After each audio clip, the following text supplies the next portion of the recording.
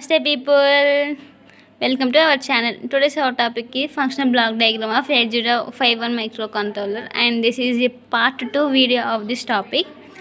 And part 1 video వచ్చేసి నేను already ఛానల్లో అప్లోడ్ చేశాను. అండ్ ఆ వీడియోని కనుక చూస్తే లైక్ చేయండి, షేర్ చేయండి, సబ్స్క్రైబ్ చేయండి. అలాగే కొత్తగా వచ్చిన వాళ్ళు ఉంటే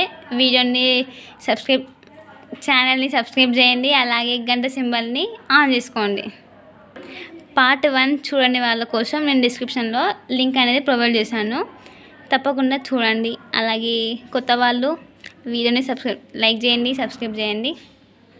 అండ్ మన నెక్స్ట్ టాపిక్ ఏంటిది అంటే మనం ప్రీవియస్ వీడియోలో CPU, internal memory and serial function register అనేది చూసినాం. And in this video let's discuss about timers, counter, serial port, interrupt control, input output port and oscillator and clock. And ఇప్పుడు మనం timers అనేది చూస్తాం.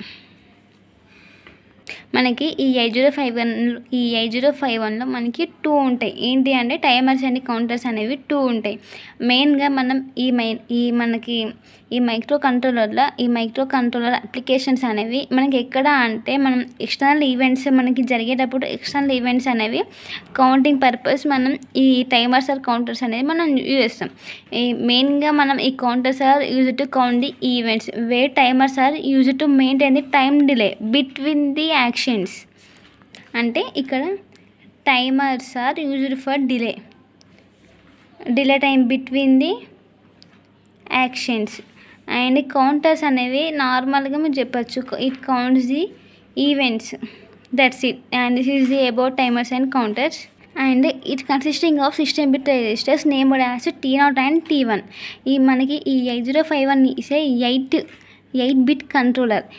And ఇందులో ఉన్న registers are also known as byte addressable. అంటే ఇందులో నార్మల్గా బైట్ అడ్రసబుల్ అంటే లో బైట్ అండ్ హై బైట్ అనేది ఉంటుంది. And it is named as TL0 and TH0. అంటే TH0, TL0 and TH1 and TL1. and this is the low byte and high byte addressable bits. And ఇక్కడ మనకి special function రిజిస్టర్స్లో మనకి ఈ టీకాన్, టీమాడ్ and సోన్ కొన్ని registers అనేవి ఎందుకు అంటే it is used for the monitor the nature of working of the micro controller. అంటే ఇది మన మానిటర్ చేస్తుంది. ఇక్కడ ఈ రిజిస్టర్స్ అనేవి మనం మానిటర్ చేయడానికి మనం యూజ్ చేస్తున్నాం. అండ్ టైమర్స్ అండ్ కౌంటర్స్ కూడా हो गया. And let's we discuss about serial port. ఈ సీరియల్ పోర్ట్ ఏం చేస్తుందంటే it provides the serial data transfer. ఈ డేటా అనేది సీరియల్గా ట్రాన్స్ఫర్ చేయడానికి మనకి ఈ సీరియల్ పోర్ట్ అనేది మనకి it requires in the 8051 microcontroller. And ఇందులో ఈ ఫ్యూచర్ ఎందుకు అంటే రిక్వైర్డ్ ఇన్ కొన్ని certain types of communication with other computers while accessing with some other peripheral డివైజెస్తోని కమ్యూనికేట్ అయినప్పుడు మనకి ఈ సీరియల్ పోర్ట్ అనేది మనకి యూజ్ అవుతుంది. ఎందుకంటే నార్మల్గా ఈ సీరియల్ పోర్ట్ అనేది డేటాని మనకి సీరియల్గా ట్రాన్స్ఫర్ చేయడం కోసం యూజ్ చేస్తున్నాం. And this provide the communication between other computers while accessing with another peripheral devices like printer. So మనకి ఈ స్పెషల్ ఫంక్షన్ రిజిస్టర్లో ఈ SBUFని మనం ఇంకా దీనికి అనదర్ నేమ్ ఏంటిదంటే SFR అంటే special function registers. It is also known as SBUF. ఇది ఎందుకు మనం ఈ 8051లో యూజ్ చేస్తున్నాం అన్న డౌట్ మీకు రావచ్చు. మనకి ఈ SBUF అనేది మనం ఎక్కడ యూజ్ చేస్తామంటే మనకి డేటా అనేది బిఫోర్ ఆర్ ఆఫ్టర్ ట్రాన్స్ఫర్ మనం ఈ డేటాని హోల్డ్ చేయడం కోసం ఈ SFR ఆర్ SBUFని మనం యూజ్ చేస్తున్నాం.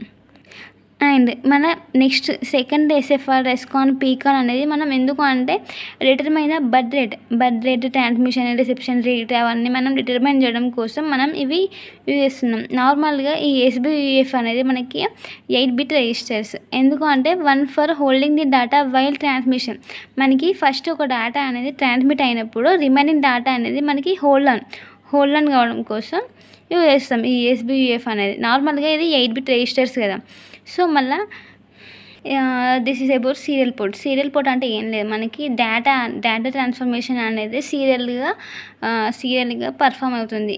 ఎట్లా అంటే ఒక డివైస్ అనేది కమ్యూనికేట్ అవుతుంది దాని ఇంకో అనదర్ పెరిఫెరల్ డివైస్ లైక్ ప్రింటర్ని మనం యాక్సెస్ చేయడం కోసం ఈ సీరియల్ పోర్ట్ అనేది మనం యూజ్ చేస్తాం. Next interrupt control. ఈ ఇంటరప్ట్ కంట్రోల్ ఏంటిదంటే ఫస్ట్లీ మనకి ఈ 8051లో మనకి టోటల్లీ 5 ఉన్నాయి. ఏంటి అంటే TF0. సో మనకి ఈ 8051లో 5 అనేవి ఉన్నాయి కదా. సో ఇవి TF0, TF1, INT0, INT1 and R1 or T1. And these are the interrupts either selectively enable or disabled. So ఈ ఇంటరప్ట్ కంట్రోల్ ఏంటిదంటే ఇప్పుడు మనకి ఒక మైక్రో కంట్రోలర్ అనేది ఒక ఆపరేషన్ని పర్ఫామ్ చేసినప్పుడు ఈ ఇంటరప్ట్ ఏం చేస్తుందంటే వన్ టాస్క్ నుంచి అనదర్ సమ్ టాస్క్కి అటెన్షన్ అనేది మూవ్ చేయడం కోసం ఈ ఇంటరప్ట్ అనేది చేస్తాం. నార్మల్గా ఇంటరప్ట్ అంటే ఏంటిది, డిస్టర్బెన్స్.